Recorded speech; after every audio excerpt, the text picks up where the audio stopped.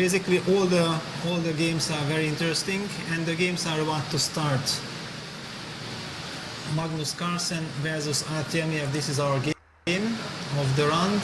And Magnus Carlsen is in the lead of this tournament for the moment. And let's see how he will deal with the with the Grünfeld.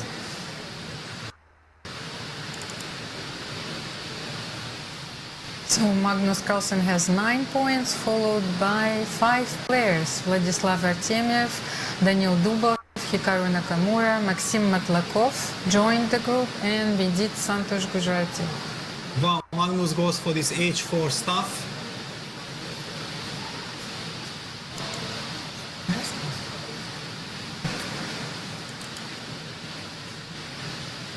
And it takes Artemiev out of his comfort zone. He goes for Queen A5 and castles. Castles.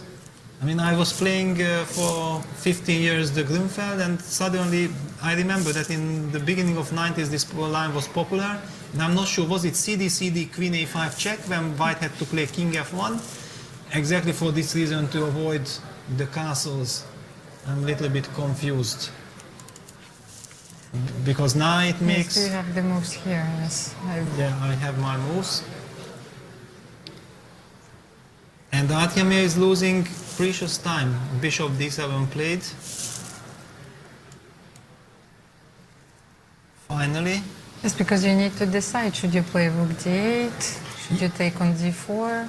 This type of position is very difficult to play if you don't have exact preparation, because you have so many options and every option has some drawback, and you are running a risk that White got this H4 move extra for free if you have to retreat like he did with Queen C7. So it seems like Magnus tricked Vladislav with this move order, and H5 is played. So the pressure is on at the board and also on the clock.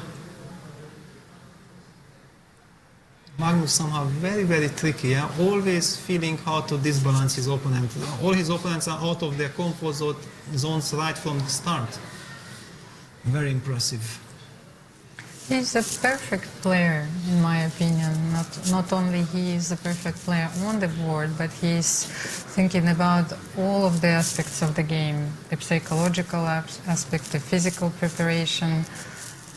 And we saw him playing football yesterday night.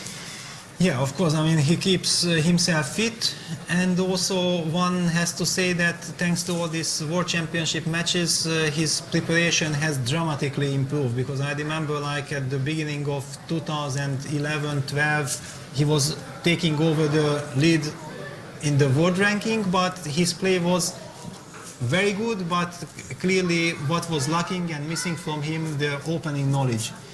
He was avoiding all the main lines. I mean, he was the one hiding, and now he's ready to confront anyone, anytime in any opening, which shows that also his team is working like crazy. Yes, I know something about it. And Vladislav decided finally to take on D4 and to play Rook D8. Yeah, and H6, Bishop H8. This pawn on H6 is lately called the Alpha Zero pawn, yeah, because we have witnessed so many Alpha Zeros games when the pawn marched to H6. For me, it's a little bit strange because, I mean, it was common sense always that this H pawn is very dangerous. Simply, Alpha Zero has proven this advance even in such circumstances when usually you saw that it's not possible. But I mean, for example, if you think about Ivan Sokolov, you will think that, okay, H4, H5, H6 will happen in any game. Anton Korobov was also always famous for quickly advancing his H-pawn. So it's fairly standard. One thing, what happened in these Grünfelds, that this H6, White starts to dominate the bishop on H8. And many times White started to play with E4, E5 and lock it completely down. It's looking very, very bad for black, to be honest. So he was forced to play Rook D8. Yeah, Queen C1, Rook C8 happened, now Queen D2. Yeah, and the pawn on H6 is so strong. it doesn't allow the typical kind of sacrifices with knight takes d4, which would work without the pawn on h6. And Vladislav Maybe. has less than 1 minute. With only 17 moves played on the board. Yeah. No, he's clearly seriously under pressure. Bishop d6, b6 played. Rook bc1. Queen b7. I mean, probably he hopes to exchange as many rooks as possible, but bishop g5 doesn't give him any time to relax. And it's a very unpleasant question. Will you play e6? Will you play rook e8? Of course, you don't want to play e6, and he did not play e6. So rook e8. But like this, he had to give up the c file. And these are already way too many arguments for white. d5, bishop e5, bishop f4. And queen b8. Queen b8 played. Yeah, more than 1 minute advantage on the clock and a significant advantage over the board. The only relief what Artemiev can have now that finally his bishop from h8 is at least in the game and it might be exchanged.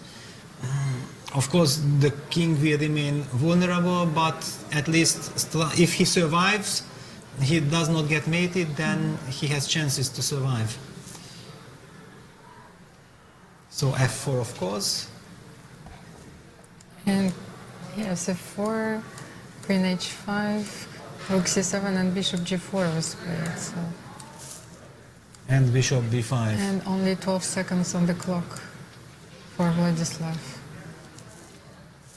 Yes, Magnus won a very important pawn on e7, so now he advances his d pawn. Yeah, finally black got rid of this h6 pawn, but at the cost of another very important pawn, e7, and this d passer seemed to decide the game. And look at this knight on a5, it's completely dominated.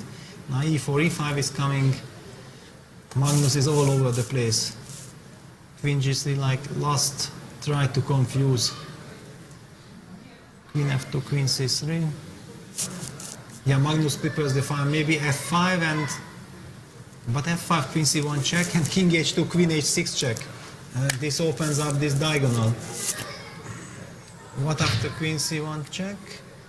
First g f5, knight f5. Queen c1 check, there is bishop f1 returning.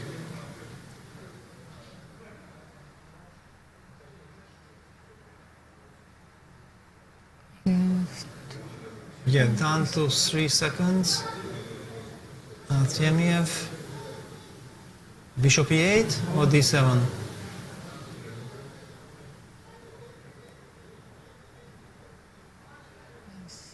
It's nice to have bishop f1 at this moment. Exactly, and Artemiev resigns. Very smooth win by Magnus. I mean, getting an overwhelming advantage out of the opening, time advantage, a dream scenario, and he has won it very convincingly.